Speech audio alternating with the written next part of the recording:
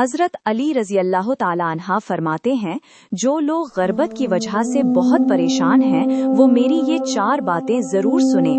आज की इस वीडियो में मैं आपको हजरत अली के मुफलिसी और गर्बत से निजात पाने के तरीके बताऊंगी। हजरत अली फरमाते हैं कि तंग दस्ती नफ्स के लिए जिल्लत का बाइस है, अक्ल को दूर करने वाली और गम और फिक्र को बढ़ाने वाली है। हजरत अली फरमाते हैं कि मैं आपको मुफलिसी और गर्बत खत्म करने के वो तरीके बताऊंगा जो मैंने हजरत मोहम्मद सल्लल्लाहु अलैहि वसल्लम से सुने हैं। हजरत अली फरमाते हैं कि अगर तुम निहायत ही तंगदस्त हो और मुश्किल वक्त में हो तो रोज एक तस्बीह इस्तिग़फ़ार की पढ़कर सोया करो, अल्लाह ताला से तौबा करो।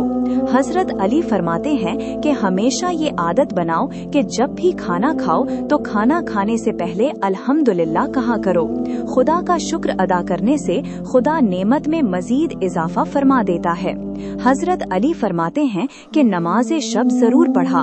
जो शख्स नमाज शब पढ़ता है वो कभी तंग दस्त नहीं रहता और उसकी दुआएं बिन मांगे ही कबूल होने लगती हैं।